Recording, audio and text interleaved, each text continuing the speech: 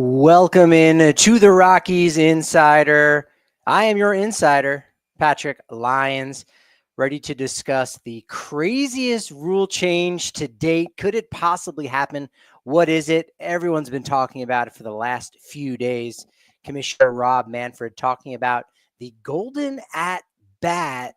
I've got my thoughts on it. Would love to hear yours in the chat over on YouTube, the Rockies Insider channel. If you're listening to this as a podcast, also leave a comment, leave a review. I'll read that out on the show when you get a chance. Juan Soto, he's got himself a few offers, many of which are reportedly over $600 million. Is he actually going to get that? I actually don't think so. And I'll explain why. There's a lot more players from Asia coming over to the United States, both this offseason as well as next. American League news, the A's, shocking transaction.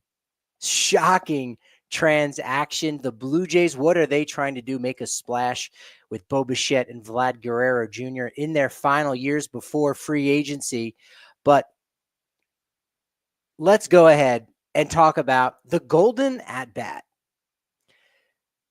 Baseball is trying to keep pace with the rest of the sporting world. We know that. We know that baseball is falling behind the NFL. It's been the case for a while. Football has been America's pastime. If you need to call a sport America's pastime for being tops, for being number one in America for the viewing audience, that's football. And we know that. And the NBA in recent years has definitely surpassed Major League Baseball. And I think Rob Manfred has done a really good job in the last few years with adapting baseball and modernizing it in various ways so that more people watch baseball. And the proof has been in the pudding. Viewership rates, the numbers have gone up, and it's been a positive for Major League Baseball. 2 years ago, the bases became a little bit larger to help with safety, but also to encourage more stolen bases. Same thing with lesser disengagements by the pitchers. You could only throw over so many times. How often have you been at a baseball game, majors or minors? If you go to a minor league game, no one is booing the opposing team. No one is booing the opposing team unless you happen to go to a game in the Northeast where they are maniacs. But no one's booing at a minor league game except when the pitcher throws over to first base 2 or 3 times in a row, or 2 or 3 times in at bat. And sometimes, because fans are just there to have a good time at this minor league game, they're even booing their own team for that. So that was a positive. Both of those were positive changes to keep the activity moving along a lot more, a lot quicker during games, and to also encourage stolen bases, which is an exciting play. And it increases the likelihood of runs being scored, moving a player up 90 feet, getting him that much closer to home. The 3-batter minimum rule also, again, keeps the game moving, the pace of play a lot quicker so that there's not multiple pitching changes in the same inning.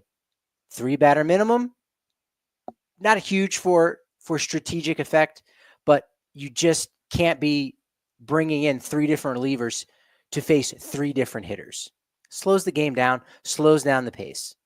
There's important outs, yes, but the quality of the game itself is still incredibly important to Major League Baseball. Then the pitch clock. All the pitch clock did was ensure that those players that were taking a little bit longer than they should be, that there was a penalty for them. The adjustment to the pitch clock, I don't think was anything that was that major. We don't see a ton of violations happening. We barely even see pitchers going down to 1-2 seconds before throwing their pitch. Some that do, it's for strategic effect, and if they can pull it off, good for them, so be it. But ultimately, it just keeps the game moving. Less time in between innings, less time in between pitches. I've described it before as the DVD extras. We've all probably have a favorite director or a favorite film that, oh, there's a director's cut. You watch the director's cut. It's got a couple extra deleted scenes. And ultimately, it's just an extra 30-minute version of the movie that you love that was cut down for a very specific reason. And you say, yeah, it makes sense. It makes sense that those scenes were cut out. They were fine, they were whatever, but they weren't necessary. So all of those moments of a batter stepping out of the box, fixing his batting glove, the pitcher stepping off the back of the mound and knocking his rosin bag a little bit just to kill time, to get inside the hitter's head. We don't need that in the game. And so the pitch clock removed that. That was another positive change. The safety netting. Remember that? I think that was 2019 where netting was put all around. It was after the 2019 season where there was netting put all the way down from the ends of the dugouts to the foul poles. And people were irate over that. But it had no power behind it because once you got to the ballpark, you completely forgot the fact that there was a netting in front of you. The netting technology is very good. You don't even notice that it's there. Sure, less engagements with players, but your safety is way more important. Your safety is way more important. And the California tiebreaker rule, which is controversial, I think, in some ways, and it's a rule that gets utilized during the regular season, but not in the playoffs. All of that, again, is to keep the game moving on and to get to the end of the game that much quicker. It doesn't change who's going to win or who's going to lose. It just gets you to the end of the game that much quicker. It started out in the minor leagues because there are people who work as ushers, work at the concession stands, and they've got other full-time jobs, and staying at the ballpark until 11, 12, 1 at night because these games were going to extra innings and you have young players who are still developing. You got to fill those innings somehow. It's just not necessary, right? That's why football doesn't have multiple overtimes. It's one overtime, and if you don't have a winner, it's a tie. Baseball is not allowing for a tie, but it has created a tiebreaker with the runner on second, the California tiebreaker rule, or the ghost runner if you prefer, which doesn't make any sense because there is an actual runner out there. There is nobody deceased. There's no ghosts. I actually see the runner on second base starting in the 10th inning. I hate that. I hate that we call it the ghost runner. It just doesn't make sense to me. What about the balanced schedule? Rob Manfred said, hey, you know what? Every team's going to play every team. The Rockies and the Toronto Blue Jays, okay, sure, yeah, we know that they're not rivals, but how many times had the Rockies actually gone to Toronto before this past year? 3 times. That's it. That's it. And that's one of the reasons why Troy Tulowitzki never came back to Coors Field. That's why Troy Tulowitzki never had that moment of getting his flowers, that standing ovation one more time. That never happened because we never had a balanced schedule. And that was something that Rob Manfred, the commissioner, did institute. So now every team in the American League, you know, is going to come through your city once every 2 years. And if you want to go travel and see your team play in an American League city, you get an opportunity once every 2 years. I didn't take advantage of the opportunity I had going to Fenway Park in 2023. I got a shot in 2025 if I want to go. So far, Rob Manfred, I think, has batted 1,000 when it comes to these rule changes. And again, it's not just him unilaterally. He's listening to his bosses, which are the Major League Baseball owners. But he comes out and talking with John Arand, says, quote, there are a variety of rule change ideas that are being talked about out there. And one of them, there was a little buzz about at the owners meeting, was the idea of a golden at-bat. So they have an open floor. People could suggest whatever ideas that they want. I'm sure the discussion of relegation has probably come up from time to time. But that would probably be bad press for baseball. But if someone says, hey, what if we were to replicate Mike Trout versus Shohei Ohtani? That was such a huge moment for the entire world. What if we could do that once a game? Golden at bat. You would think it's something that the Savannah Bananas had come up with.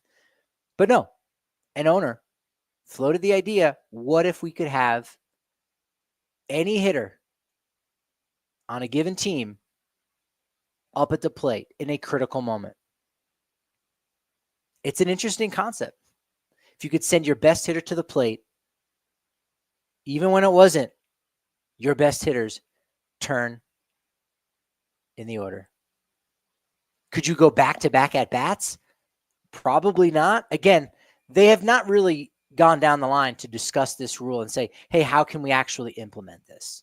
So we don't know. I don't think these conversations have really gone that far. But you have to think, okay, can you do it in back-to-back at-bats? Whether it's, let's say, Ezequiel Tovar. Well, yeah, Ezequiel Tovar, he's your leadoff hitter. So the number 9 spot comes up in the order, the worst guy in the lineup. Could you have Tovar come up with 1 out in the bottom of the 9th? Take the spot of the number 9 hitter? And then if he doesn't pull through and he makes an out, guess what? Tovar's now back in there. He's got another crack at likely the same pitcher. That's interesting. I think they would probably want to avoid abuse of a rule of something like that, but I don't know. Jason Stark did a really good job over at The Athletic of collecting some thoughts from folks that he had spoken to about how the golden at-bat would work. It could only be once a game. Would it only be if your team was trailing in the 8th inning or later? 7th inning or later? Because teams look at analytics and say, actually, this is the most important juncture in this game. We got our ace on the hill. 1 run could win it. It's 0-0. And you're in the top of the 3rd inning, and you got your number 9 hitter coming up. You go, with 1 swing of a bat, we could end up winning this game in the 3rd inning. We already know that. That really wouldn't be as much fun. So, yeah, you want those moments to be later on in a game, especially with fans watching, and you need to keep their attention and to know, hey, the golden at-bat is still out there. The Rockies or whoever could still use this golden at-bat.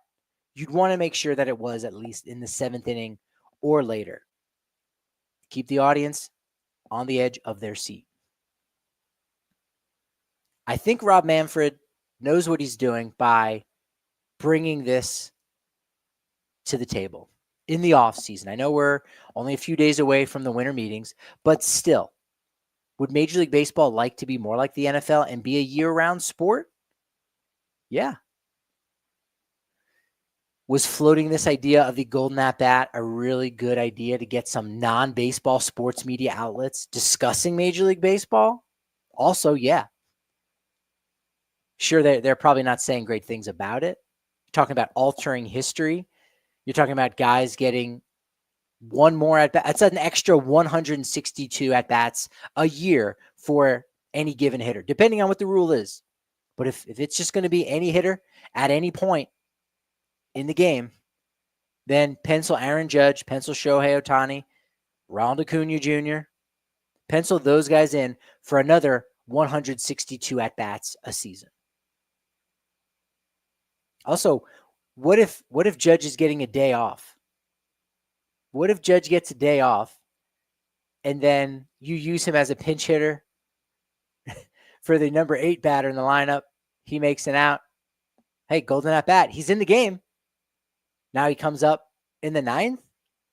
That just seems it seems ridiculous. It does seem ridiculous. I don't like this idea. I think it could be fun in exhibitions. It could be fun if you did something like that in spring training to artificially get some players an extra at-bat or 2. You could do something like that. You could pretend that you're trying this rule out in spring training, knowing full well you're never going to use it in the majors. But if you've got a player that you only want to put him out there on the field on his feet for like an hour, he leads off the game, plays defense in the bottom half of the inning, and then you use him at the top of the 2nd as the golden at bat, sure, whatever. And then he comes up again in the top of the 3rd in his natural spot in the order. Fine. But you can try something like this out in the minors if you wanted to, where the statistics aren't quite as precious, right? There are minor league records. but I can't name any. And if you're listening to this show, you know how much I love statistics. You know how much I love history. You know how much I love fun facts. You know how much I love useless information. And yet, for the life of me, couldn't tell you one piece of minor league statistical history. Joe Bauman, am I making this up? I'm trying to dig up something in the back of my head. Someone named Joe Bauman, maybe he hit like 65 home runs in a minor league season back when that would have actually been a world record of sorts, before Barry Bonds, before McGuire and Sosa.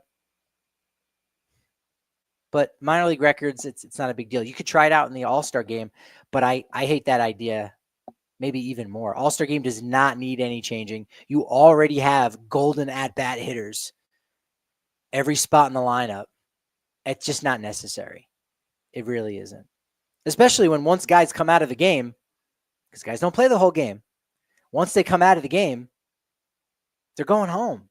They're not sticking around to say, hey, where can I be used for this exhibition? And if they're out of the game, they can't be used as a golden at-bat hitter, presumably. So,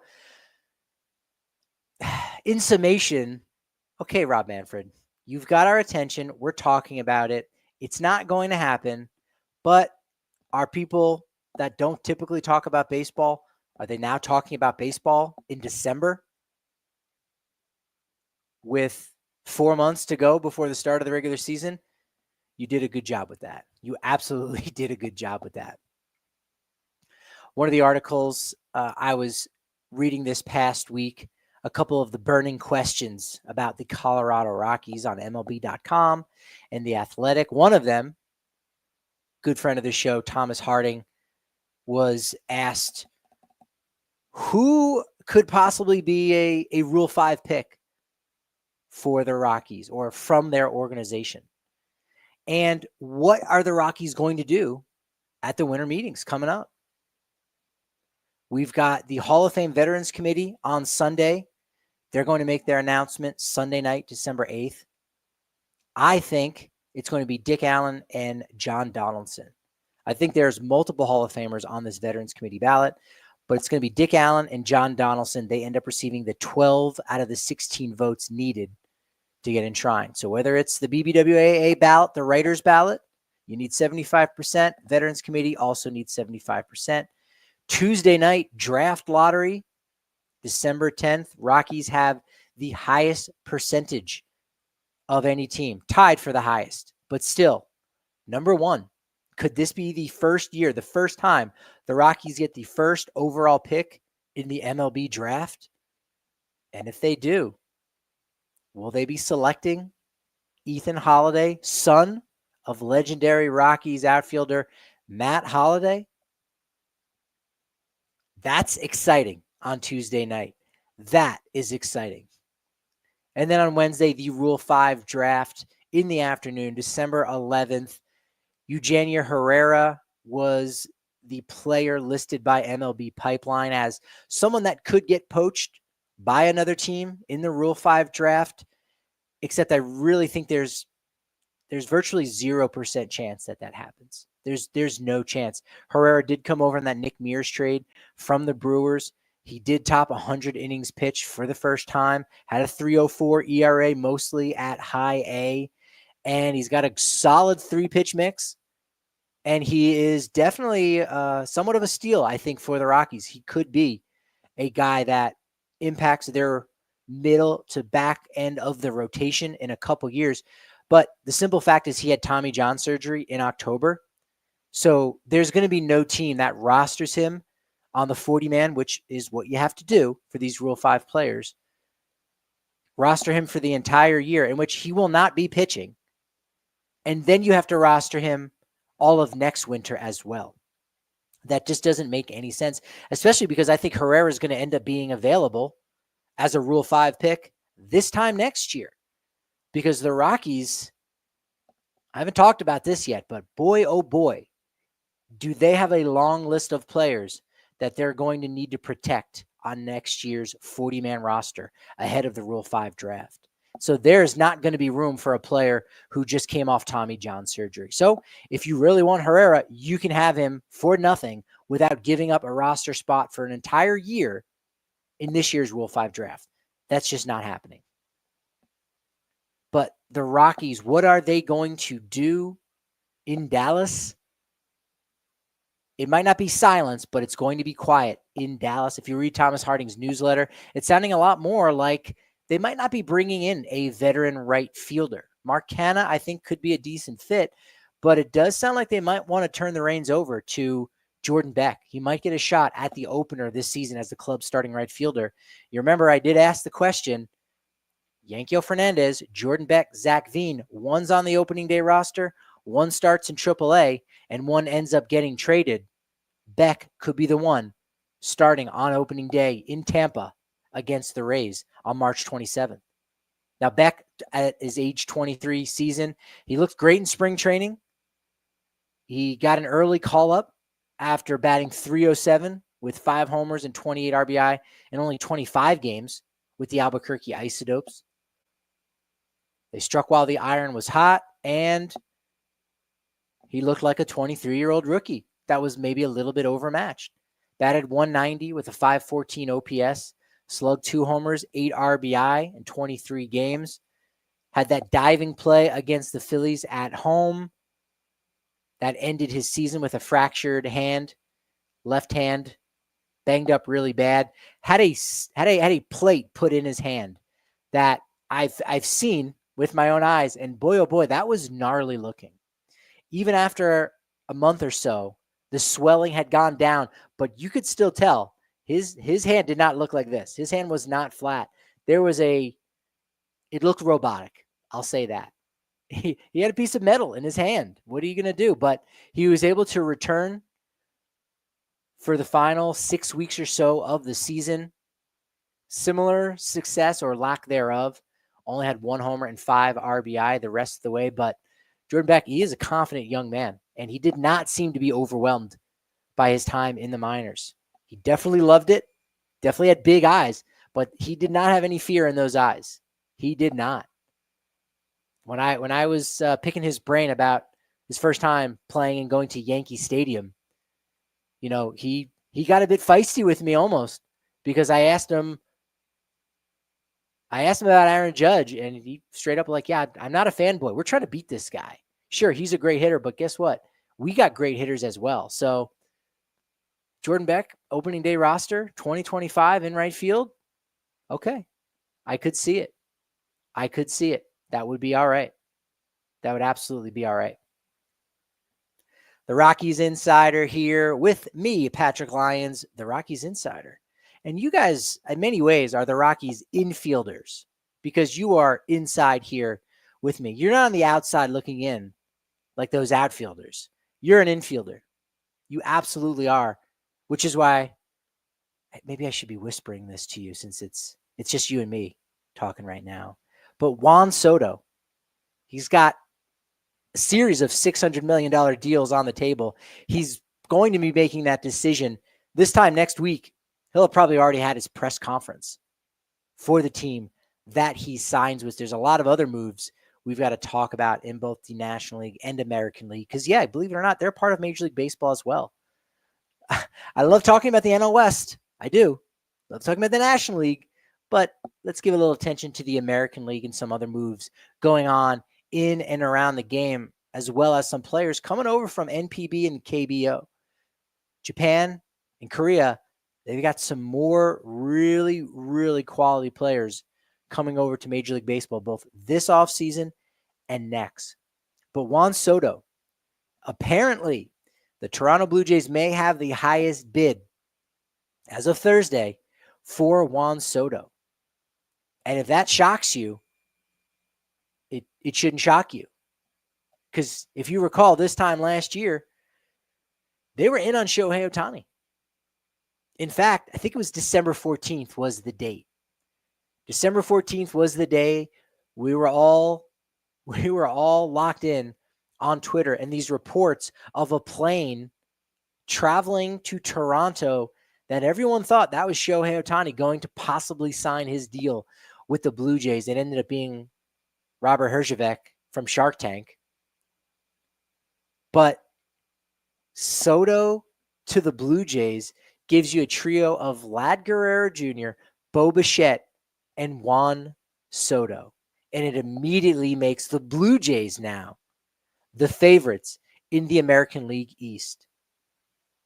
They still have some great starting pitching that they did not sell off at this past year's trade deadline.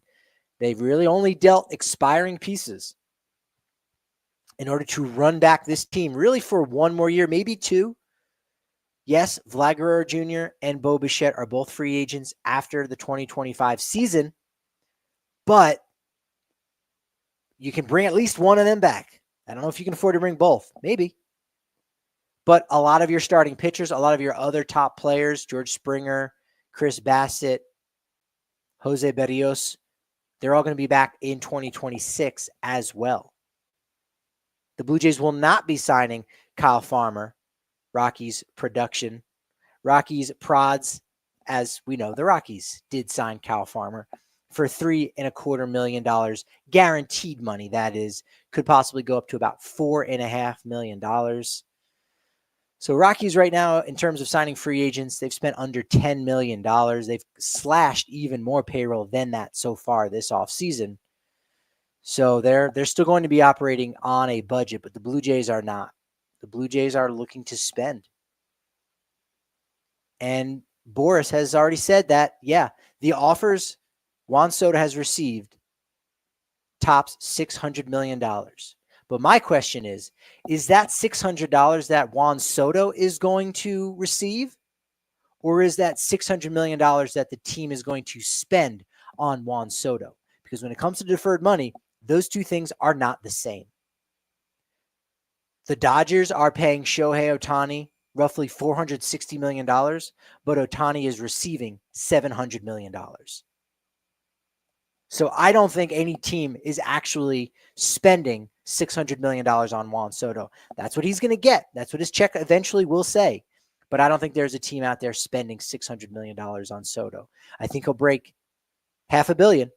I think he'll get $500 million. I think he'll break the actual money that the Dodgers are paying Shohei Ohtani, but I don't think it's going to be over $600 million. And if I could talk to Scott Boras right now, I mean, I'll see him next week in Dallas. And I know what his answer would be, but I know what the reality is actually a lot different. If you are Juan Soto, not Scott Boras, but if you're Juan Soto, and the Jays offer up $600 million to you, but the Yankees or the Mets offer you $575, are you going north of the border? Are you taking an extra $25 million? Maybe that's ultimately less than $2 million a season to play in Toronto versus going to a place where they've got even more money in the Mets and an organization that is a consistent winner in the Yankees. Are you taking a couple extra $1 million a year to go to Toronto? I don't think so. So how much more does Toronto have to outbid the next highest bid? Even 50 is a lot. 50 is a lot to give up.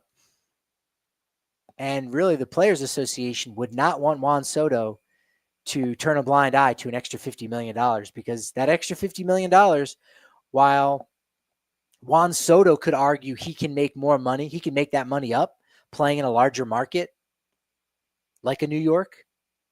Toronto's plenty big. It's essentially Canada on top of the fact of how large Toronto is as a city. But is he more marketable in New York? Yeah, absolutely. So he can make that money up, but the Players Association can't. So it's going to be really hard for Soto to pass up an extra $50 million. I don't know if it's going to come to that. But this time next week, Juan Soto should already have his press conference. Put me down for Friday, December 13th. Friday the 13th. Let's make it happen. More and more players from Asia have been posted or will be posted for major league teams. We know Roki Sasaki, who's not yet officially been posted by the Chiba Lotte Marines in Japan, but he will eventually get posted There is a 45-day signing period. So once you get posted, you got to agree to a deal within 45 days. And Sasaki can't get the money that he is expected to make until January 15th. Right now, teams have about $3 million. Some teams, not even all teams, but some teams have $3 million. They might be able to acquire more. But ultimately, he won't be able to make the same amount of money now as if he waits on January 15th when everybody's pool refreshes. Everybody's pool fills back up to the top. It becomes brimming once again. And then there's even more money that you can acquire from other teams. So they're going to wait to post, but Koyo Ayagi of the Hanshin Tigers is going to be posted. He's a 31-year-old starting pitcher. He's only 5'11". He throws from somewhat of a sidearm slot, which is more commonly found in relievers. He had a so-so 2024, but in general, he's a fairly solid option for some team out there to go in the back of their rotation. Hae-Sung Kim, the best right now on the market, at least until Roki Sasaki gets posted. He's a career 304 hitter over in the KBO. 364 on-base percentage, 403 slugging. Those numbers kind of similar to a former teammate of his, former double play partner, Ha-Sung Kim. So Hae-Sung, one word, Hae-Sung. Hae-Sung Kim is a 26-year-old second baseman. Ha-Sung Kim, Ha-Sung being two words, is a free agent right now on the market. Shortstop, can play all around the infield. He's got a little bit more power in his bat. But still, despite the fact that the 26-year-old, the younger Hae-Sung Kim, doesn't have as much pop in his bat, MLB Trade Rumors thinks that the 26-year-old is going to get $24 million over 3 years. Mariners have been tied to him, Angels as well. So he is a guy out there that very well is going to make some decent money. He's going to make more than Brendan Rodgers will on the open market. He'll make more than Brendan Rodgers annually for 3 years than Rodgers will make for just this 1 year. He's a quality prospect at this point. Professional, but a prospect. The biggest news this week was Munetaka Murakami, known as the Babe Ruth of Higo for the Tokyo Yakult Swallows. The youngest player to ever reach 200 home runs in either NPB in Japan or Major League Baseball. He's a 4-time All-Star, a 2-time MVP, and he's an absolute dude.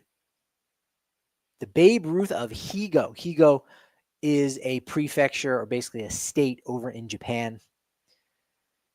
In 2022, he broke out in a major way. He homered in 5 consecutive plate appearances.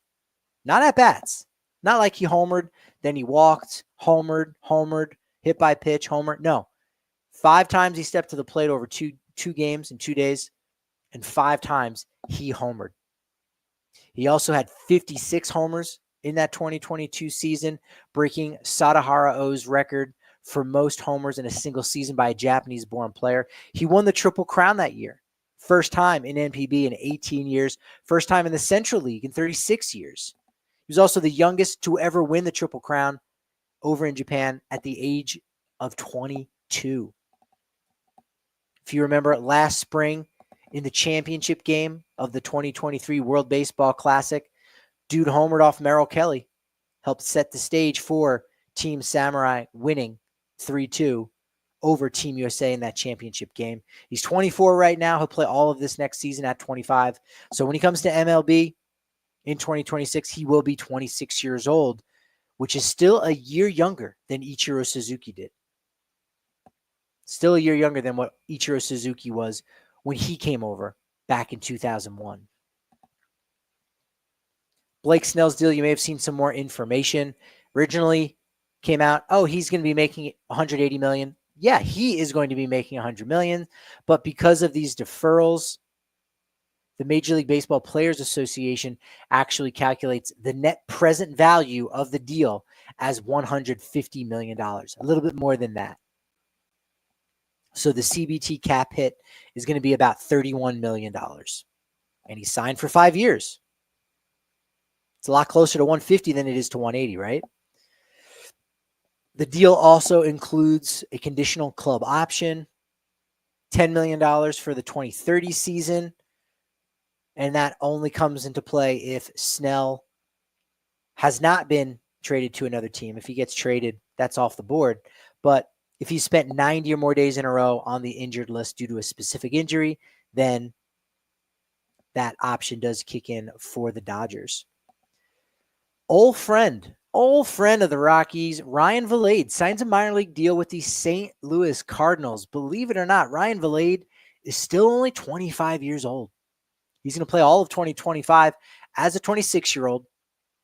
If you don't remember the name Ryan Vilade, he was the top pick for the Rockies back in 2017. That top pick wasn't until number 48 out of Stillwater High School, the alma mater of both Jackson Holliday and Matt Holliday. The reason why the Rockies' first pick that year was all the way until the second round, number 48, was because they had signed Ian Desmond, who did reject a qualifying offer that offseason from the Texas Rangers. So when the Rockies made that decision to sign Desmond, they forfeited the 11th overall pick, still the highest pick ever forfeited by a team. Top 10 picks were protected. I'm not sure if they still are. Might need to look that up. But there was a period of time in which the top 10 picks were protected. They still might be. So if you had the first overall pick and you ended up signing a player that had rejected a qualifying offer, you didn't lose that first overall pick. So top 10 were protected. Starting with number 11, it was not. And that was where the Rockies sat. But Vilade, a top 10 prospect for the Rockies from 2018 to 2022. He did eventually make his major league debut in 2021. Super good dude. Still has a lot of good playing days ahead of him. Do expect him to make a few more appearances in the majors. Maybe he's going to be able to turn some things around. Still at 25 years old, 26 for next year. Still got to think that there's a lot left in the tank for Ryan Vilade. The Reds, you've heard me say this before, with Terry Francona as their manager now, probably going to be one of the biggest offseason acquisitions of any team. That does include Roki Sasaki. That does include Juan Soto. Terry Francona, I don't know any other way to say it. He could polish a turd into something golden. He really could. So him as the manager of the Reds, and look, they've got a good roster. They've got some good players. They're only getting better. Nick Martinez decided to return. Instead of going out onto the open market as a free agent, he accepted their qualifying offer. They've already acquired Brady Singer for their rotation, and now the Reds have some interest in Garrett Crochet. They and the Cubs, they're in on the sweepstakes, according to John Paul Morosi of MLB.com. Phillies, Red Sox, Baltimore, Dodgers, all of them interested in the White Sox left-hander who still has 2 more years until free agency. For me, I really think the Orioles are going to be the front runners for Garrett Crochet, because despite the fact that the Orioles have a lot of money to spend right now, a lot of money that they should be spending since they are very good, and they do need to get over a very major hump right now because they have yet to win a playoff game with this group. Not a playoff series. They haven't even won a game with Adley Rutschman, Gunnar Henderson, previously Anthony Santander, previously Corbin Burns, Ryan Mountcastle, Ryan O'Hearn, you name it, Colton Cowser. This group has not won a single postseason game. They need something extra, but they've got to be careful with those needs, because if they are to go out and sign any number of top free agents right now, they may have to forego draft picks. If a player rejected a qualifying offer, then that means the team that signs him is going to lose draft picks. Willy Adames, this is the list. This is the list. Now, keep in mind, the Orioles will more likely than not be gaining a draft pick when it comes to Anthony Santander and Corbin Burns. I say most likely because if Burns and Santander return to Baltimore, you don't get a draft pick. You got the player, but you don't get a draft pick. If Burns goes elsewhere, Santander goes elsewhere, then the Orioles will get 2 draft picks, one each, one for each player. That allows them to refresh their farm system a little bit and, in fact, deal from their great prospect depth as one of the top 5 farm systems in baseball. So they can take guys that are AA, AAA, big league ready to a team for a veteran like a Garrett Crochet, and then they're still going to have draft picks next year to refresh the system. Part of the genius of Mike Elias as the general manager in Baltimore, part of the genius of why they tanked when they did. That tank is still reaping benefits for the Orioles, not just 2 postseason appearances, but a gigantic window of contention for them right now. Gigantic. And should there come a day in which Gunnar Henderson and Adley Rutschman end up reaching free agency and go elsewhere, the Orioles are going to get a draft pick for them too. It keeps recycling itself. It keeps recycling itself. But the players who rejected a qualifying offer that teams are going to have to be careful signing are as follows. Because, again, you will lose a draft pick if you sign at least one. If you're a larger market team, you lose 2. But if you sign any number of these players because they decline their qualifying offer, you will lose picks. Willy Adames, Pete Alonso, Alex Bregman, Corbin Burns, Max Fried, Teoscar Hernandez, Sean Manaea, Nick Pivetta, Anthony Santander, Luis Severino, and Juan Soto. Those are the guys that their new team will get penalized for signing.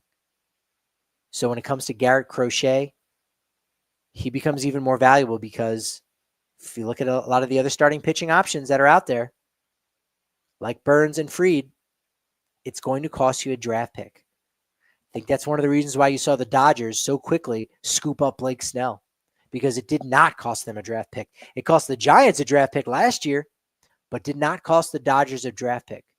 That's one advantage signing Blake Snell has over signing Corbin Burns or Max Fried. In the American League news, the big splash. One of those guys who rejected a qualifying offer is now off the table. The Athletics. That's right. The A's have made a huge splash, breaking on Thursday.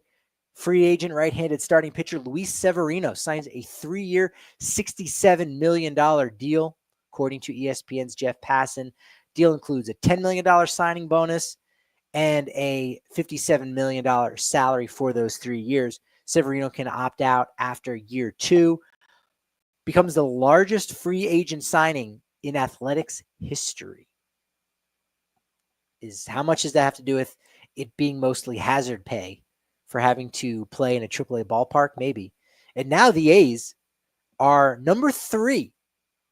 At the time of this signing on Thursday morning, the A's are actually 3rd in terms of free agent spending, behind only the Dodgers with Blake Snell and the Angels, who, they've spent. The A's scooping up Severino. They're going to lose a draft pick, but they've got a player that at least some of the fans there in West Sacramento will be able to say that they've heard of. I'll leave it at that. Blue Jays are interested in re-signing closer Jordan Romero. Never say never, but I'm going to say never. Toronto non-tendered Romano after he was slated to make about $8 million for the second year in a row, his final year before free agency. And I simply don't see players re-signing with the team that non-tendered them. I also think it would set a awful precedence. It would be really bad, because one of the reasons he was non-tendered was because he and the team couldn't come together on an agreement as far as what his contract would be worth. Maybe they never discussed it because the Blue Jays knew that Romano was going to want too much. And maybe even at, say, $6 million, the Jays weren't interested. But let's say they had a quick conversation. Hey, look, we couldn't agree on a number. I know arbitration says you'll probably make about $8 million, and you think you might be worth 8.5, despite having a really, down season in 2024. We think you're worth, closer to 7 million, maybe 6.5. We can't agree on it. Okay, well then we're just gonna have to non-tender you. Oh, hey, week goes by. Look, now that you're a free agent, since somebody non-tendered you, I can't remember who it was. Do you mind taking that $6 million offer that we really wanted to give you in the first place?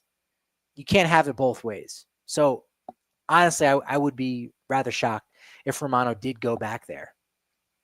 I know he's a Canadian, but still, I don't think that sets a good precedent for a player to be non-tendered to go back to that same team and accept a lower offer. I really don't. Blue Jays have also met with Corbin Burns. Again, there is a draft pick attached to it, but Toronto is trying to win right now with their window being open as it is. So that makes sense. Sometimes you do have to mortgage the future if you're going to win now. Just like when the Rockies did it, giving up that 11th overall pick for signing Ian Desmond. They really thought that their time was now, and they were right. Ian Desmond did help lead them to the postseason in 2017 and 2018. Say what you will. But the Rockies don't make back-to-back postseason appearances for the first time in franchise history without Ian Desmond. Mariners are looking to improve at third base. They dealt away Eugenio Suarez last offseason to the Diamondbacks, and they're still trying to replace Suarez. They're still trying to replace Kyle Seager after a decade at the hot corner. Alec Bohm of the Phillies could be a decent candidate. Nico Horner of the Cubs, also, you could see him going to Seattle. Now, Bohm seems to me like he is a little bit more expendable for the Phillies, who, look, they still got some money to spend. Their time is now, so they're trying to capitalize on that. The Cubs are also trying to contend right now. You could look at their roster and say it's not that strong, but they're not awful. So you could say that, yeah, they just can't trade Nico Horner. But the Phillies are apparently asking for either Logan Gilbert or George Kirby in a deal for Bohm. And now if the Cubs ask for the same thing and the Mariners give them one of those two young starters, young aces really, then yeah, you can very much trade Nico Horner. You should not have a problem with something like that. Sticking in the American League, the Yankees, they've got their plan B in place. They've got their plan B in place. And I've said this recently. If you don't sign Juan Soto, now you're going to be able to sign everybody else just about. Right? That's a huge domino to fall. Soto's going to be signing here in the next couple of days. And when he does, if he's not a New York Yankee, look out, because the Yankees are going to be in on everyone. The Yankees are coming for your favorite player. Arenado, Pete Alonso, etc., etc., etc. Yankees apparently considering Willy Adames as part of that backup plan. He would move over to third base, more likely than not, as Anthony Volpe is now the Derek Jeter of this era for the Yankees. And as I said before, when it came to the Baltimore Orioles and trying to target someone like a Garrett Crochet, is you can't just sign everybody, because these guys that rejected a qualifying offer, they're going to force you to forfeit draft picks.